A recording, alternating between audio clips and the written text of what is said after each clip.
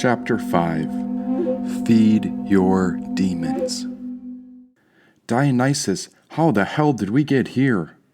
Don't ask me, I keep forgetting. He paused and giggled. Just kidding. Through the journey of contemplation, by exploring the way out through our imagination, and this is a force of nature that is rooted within creation. We are one with the grapevine. It's the source from which all life grows. And even if you think you know how it is, nobody quite knows, said Dionysus. Do I know you from somewhere before this? Something about the boy felt more and more familiar, and now this curiosity pulled me right beside his hooves. Before I was afraid of his feet, but now I didn't want to move. Do you remember your past lives? Asked Dionysus. Past life? Why, I'd never heard of such a thing. It's okay if you can't remember.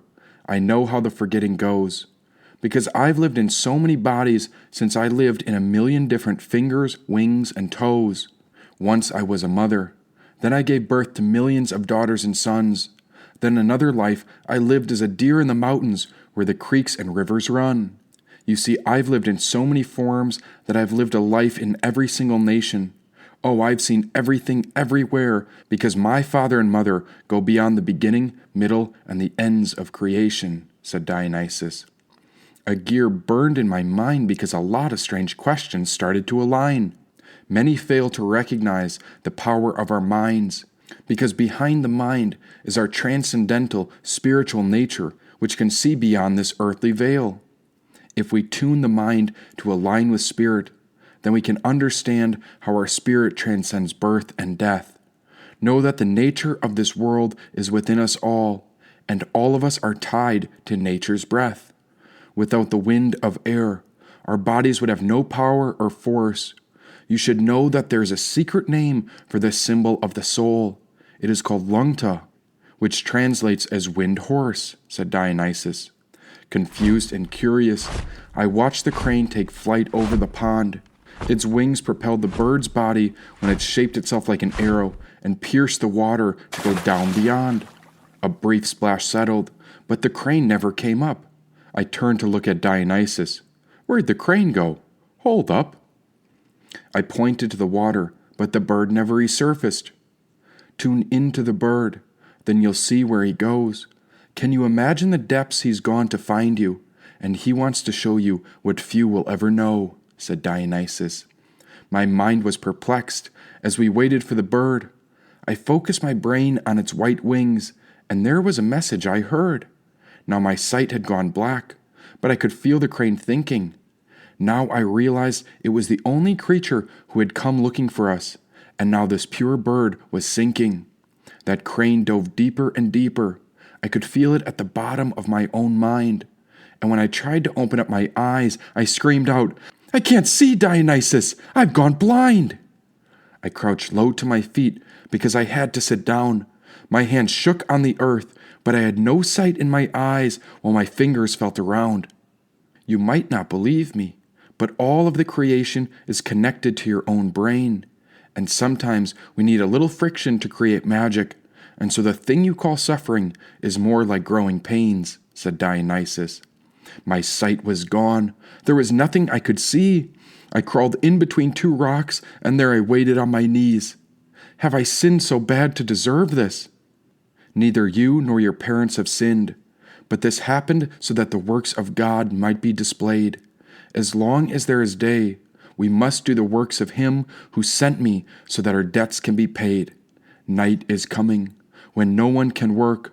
While I am in the world, I am the light of the world, said Dionysus. After saying this, he spit on the ground and rubbed it in the dirt. His fingers made a paste while my ears stayed on high alert.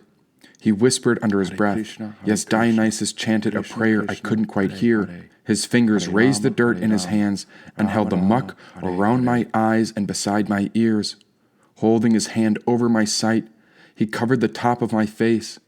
All the while, the panic overwhelmed me in this darkness while my heart continued to race. Wash off in the pool of Siloam, said Dionysus. I went and washed in the pond, and after I rubbed the dirt from my eyes, I came home seeing. I blinked in shock while Dionysus reached his hand up from between the rocks. He scooped up a handful of dirt and chewed it in his mouth. Then he opened his lips as if he'd talk. "Dionysus, it's a miracle. I can see again." Falling to my knees, I saw his mouth filled with dirt. When the entire cosmos appeared, I could see the infinite energy flowing out through the soil when my body shuddered as my sight catapulted through a veil of tears. I could see everything that ever was, and I could see into the spirit of our soul. This was the source of the great vine. And then he closed his mouth and swallowed the dirt before he pointed at the hole. "Sit with the soil. Embrace the magic of this land. Let us plant your spirit in this dirt. Then you'll grow into the fruit of man," said Dionysus. There was a space between these rocks, and it appeared to be another tight tunnel. "You want me to go in there? Where does it even go?" "Be one with the earth. Go inward with contemplation. We must follow the intuition, and so will flow with the imagination. Be nourished by the forces of nature, as this soil nourishes the root of all life. Everything that grows comes from the soil of the grapevine, and so this is the way of our tree of life," said Dionysus. "Are you saying grapevine or great vine? I can't tell." I was stalling because that dirt tunnel was too tight for an adult man to dwell. What if you went into the unknown? Do you think then you could truly believe? Imagine if the journey you are on stems from potential at the very end of every seed. The climb you call suffering can be an offering back to this holy earth. Let your vigor reach the same way lightning flows. Release yourself into the mystery of nature and embrace the way in which the grapevine grows," said Dionysus. "You want me to bury myself, but to climb within this hole is nothing more than a trap. This soil isn't a trick, but rather this ground is our map. Release your fears and embrace what lies in front of you, for this is the true path. The turbulence accompanies my arrival, and I'll sweep the old past away. Everything will be transformed, for the great eastern sun is always rising, and soon we will give birth to another fresh day. We must be one with the elements, and we should even embrace nature's destructive side too. The innocent picture a well-ordered world, but this view will be shattered by my coming, since my arrival destroys all illusions to make way for that which is true," said Dionysus. Yes, his words were like an enchanting pathway, and it seemed I was bewitched from the very start. There was nowhere to turn back to now, and so I'd have to follow him even if my body and bones fell apart. If only the world could hear his song. Oh, how I dearly wished that people could listen to his flute. Within this boy were the secrets of the universe, and there within his mind flowed the fountain of youth. The more I looked into his gaze, the more it appeared as if his childlike face was only a mask. Why, yes, this boy was not simply a single person, but rather his spirit could answer every question I asked. And what will happen to me once I go within? If this soil holds the magic of life, then you're saying that this is where life on the grapevine begins? Do not fear what may lie ahead. Set the terrors and anxiety aside. Embrace the wonder of your imagination, and remember that the spirit of nature cannot die. You are like a wave upon the sea. We are made to crash down and reunite with the ocean's whole. Our spirit's limbs stretch into every tree throughout the forest, and they too were planted in a deep dark hole. Instead of wondering what could go wrong, why not embrace the curiosity to explore? Plant your heart in harmony with nature's magic, and soon the great vine will soar," said Dionysus. "But I don't understand. All the reason and logic in my mind is certain this dirt cannot be the way. Why would anyone take a path into this ground? I don't understand what lesson you're trying to convey." "The path to our treasure is like entering into a very narrow route. You must be willing to give up everything and go so deep inside yourself until there is no way out. After you enter into this inner cavern, you'll reach a place where the soul cannot turn around. This requires the courage to discover the truth within darkness, and there the secrets of all spiritual fortune are found. The measure of grit and endurance stem from the imagination of our mind, And if you find yourself worried or lost, contemplate on the correct questions before your answers will align. For no one is more prepared for this journey than the soul resting within you. Who else has gone this deep and survived? Think of all the past challenges that you alone have been through. Have faith in this wonder. Embrace the miraculous madness which never seems to end. This maze is my Leela, which is a divine play throughout which the great vine ascends.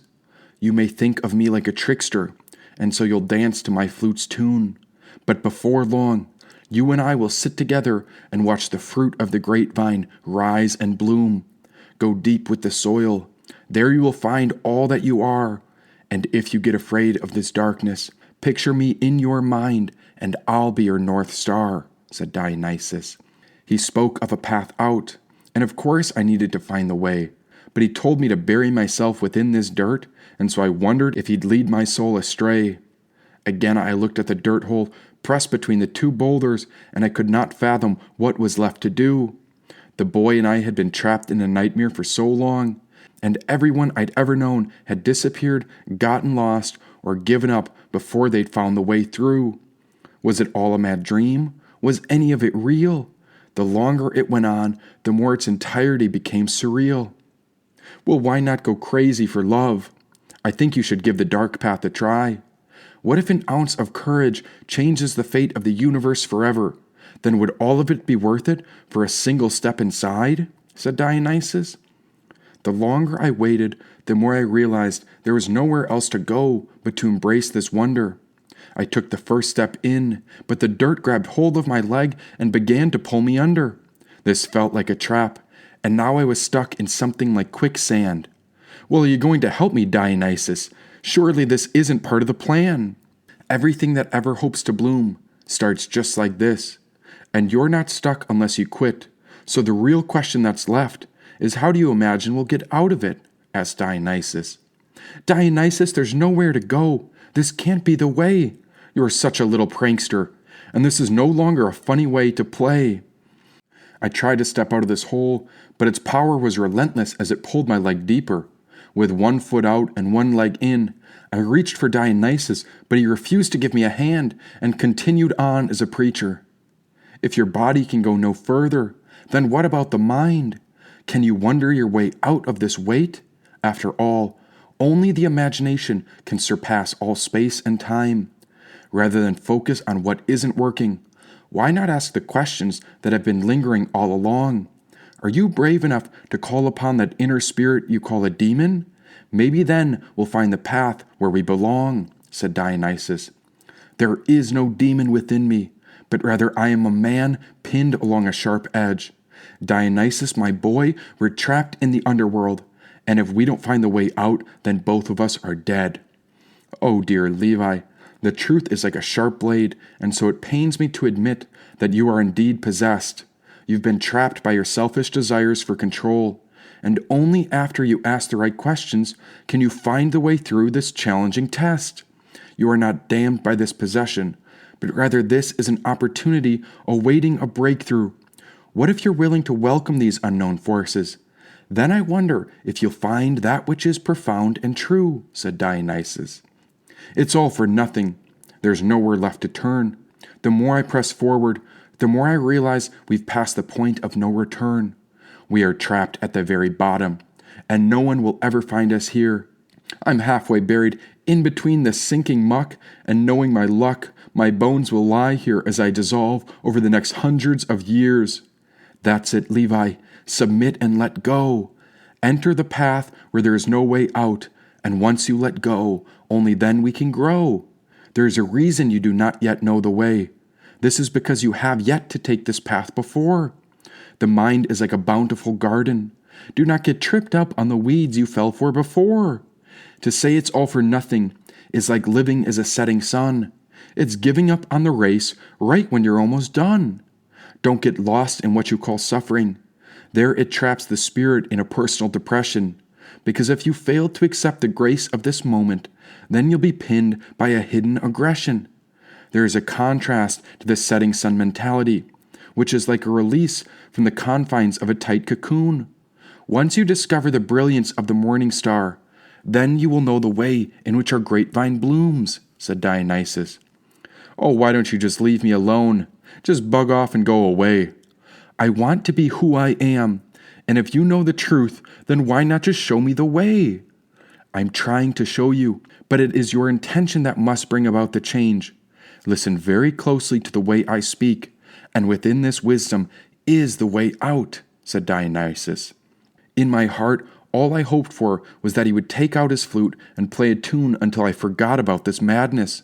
From where I was sinking, there was nowhere to stand and no place left to turn. I'd die beside these rocks, and it was only a matter of time until the boy understood my heavy concern. The theme here is trust, and this trust is the notion of being without suspicion. It's when you are right on the dot, like the morning star which shines bright to illuminate our intuition. The path of the morning star requires individual training. Reconnect with humor, joy, and embrace life as a celebration. You must trust the situation in front of you, since there is no other way to go. That means you can learn to smile at fear, and that is how the tree of life first began to grow. Every moment is a great meditation. Every second is a contemplation worthy of our time. Can you imagine the spark of basic goodness that exists in the center of all of us? Why, surely then your doubts will realign. We are worthy of this basic goodness, and this is what is meant by the way of the rising morning star. Sometimes we are trapped in the evening of depression, but don't give up, not when we've come this far. The wisdom I am discussing has come to you for a reason, and so we should learn to think differently. This trouble is the spot of all your solutions, and when we are on the dot, the wealth of healing flows unconditionally. We realize that everything is workable, and that is how you find the goodness that is hidden within this secret instruction, said Dionysus. Your words lift me up, but my heart is the furthest from whole. I feel as if I've been buried alive, and there is only sadness left hanging from my soul. You talk about letting go, but I cannot even grasp where it is that I'm hanging on. If you have the path forward, then lead me out of this sinking sand, and I'll follow you along. Letting go is when sadness and joy come together, and so you begin to feel vulnerable and tender. This too is a feeling of being on the spot, and so this brings about the morning star's mighty splendor. It is not a complicated path, but rather I should simply express that everything can be worked out. The best way is the way forward, and going forward is the correct route. Come back and find the brilliance within our soul. The power you seek is within your own human hands. You have the prevailing spirit within you, and it is housed in the body of a single man. But this path is not about self-made individuals. The true point embraces our vision to benefit others. Just imagine after you survive this hardship, picture the wisdom you'll share with all our sisters and brothers. Reclaim your inquisitiveness, ponder all aspects of hidden curiosity, rise like the morning star over the horizon of doubt, and shine brilliantly to spread our inner luminosity. All this leads to the cultivation of warriorship. This is the path that you and I are inclined to follow. It is the way in which an obstacle such as feeling stuck can disappear. And once you realize this, the sinking dirt will let go and you won't be swallowed. When we look directly at ourselves, we can see the true spirit of our cowardly mind. We've restricted our spirit all along. Now we must break out of this darkness so we are no longer confined. Relax in the greater space of confidence. This is what a breath of fresh air feels like, as it is the basis of all common sense. The way to overcome this seemingly impossible path is also the way to penetrate that which cannot be breached. We must develop Maitri, or loving kindness, and once we do, we harness this compassion where the goal of humanity will be reached, said Dionysus. I hear your words, and all of this preaching is something I have tried to grasp and understand, but still I do not know how we break through this impossible predicament unless your advice leads us to an actual plan. Look at me now, my boy. I'm on my hands and knees sinking in this dirt. What must I endure to free myself from this prison? Shouldn't the way out be straightforward and overt? I will show you the true way, and I am here to lead you all the way out. But first you must learn how to feed your demons, and so I will offer the 5 steps to turn your demons into your ally so that you can find the correct route, said Dionysus. Close your eyes. You will be taking 9 deep, relaxing breaths. Sink into this awareness and allow the body to rest. For the first 3 breaths, breathe into any physical tension you hold within your body or limbs. Then hold that tension with the breath and release it.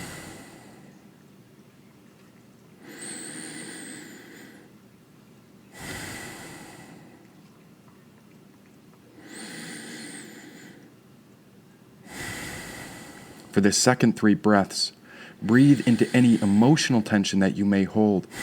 Notice where you hold this emotional tension in your body. Hook that tension with the breath, then release the breath and let it go.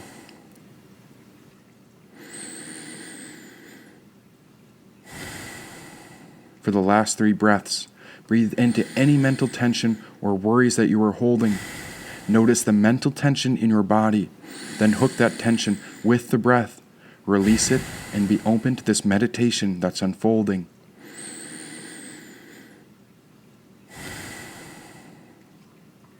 We will observe the breath as a way to focus our mind. By directing our awareness through the body, this way allows the source of the morning star to illuminate our inner light so that our body, mind, and spirit all align. The first step is to find the demon in your body, and so you should think about the demon you're here to work with.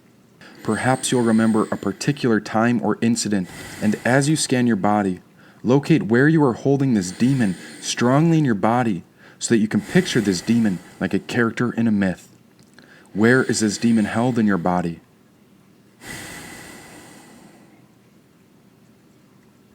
What's its shape and color?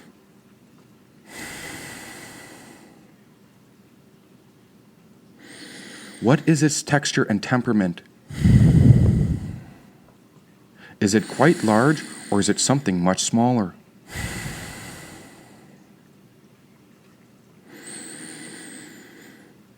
Now allow the sensation and let it intensify. Embrace the color, texture, and temperament to move out of your body and become personified.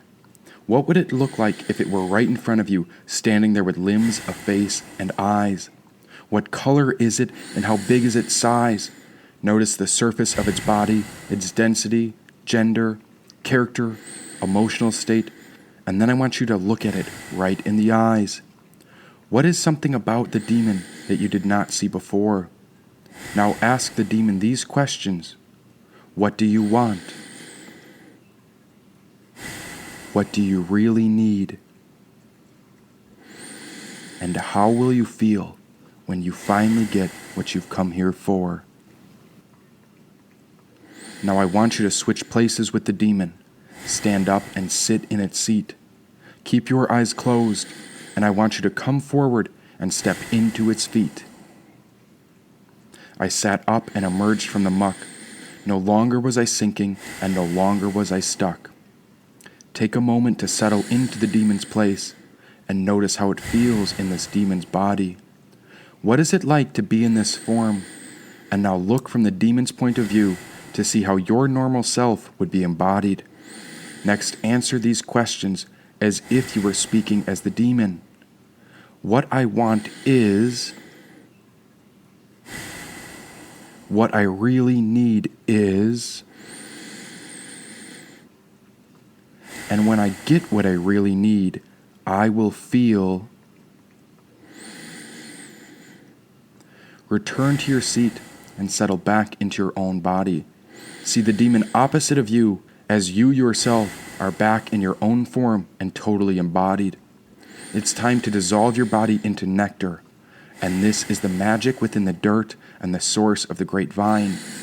All things grow from this nectar of creation, and we are going to feed the demon with this nectar so that all aspects of our life become aligned and intertwined. This nectar has the quality of the feeling that the demon would have when it gets what it really needs. This nectar that we offer to the demon is the same source that feeds all of life's seeds. Notice the color of this nectar. Now feed the demon this source and notice how the demon takes it in. Feed the demon to complete satisfaction.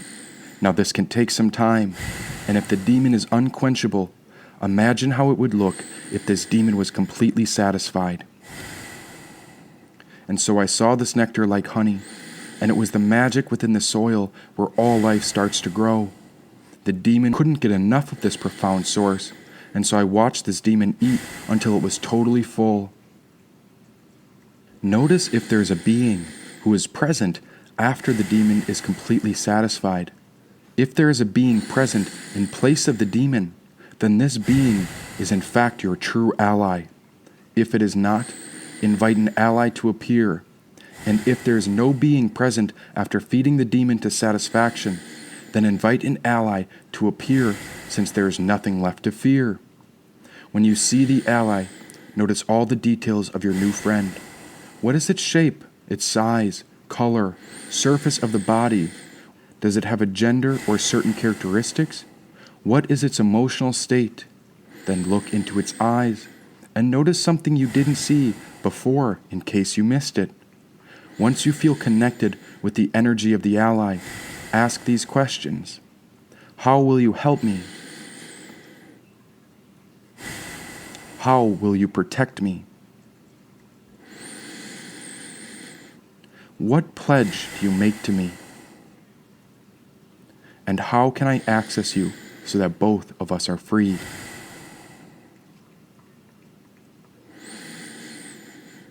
Change places and become the ally.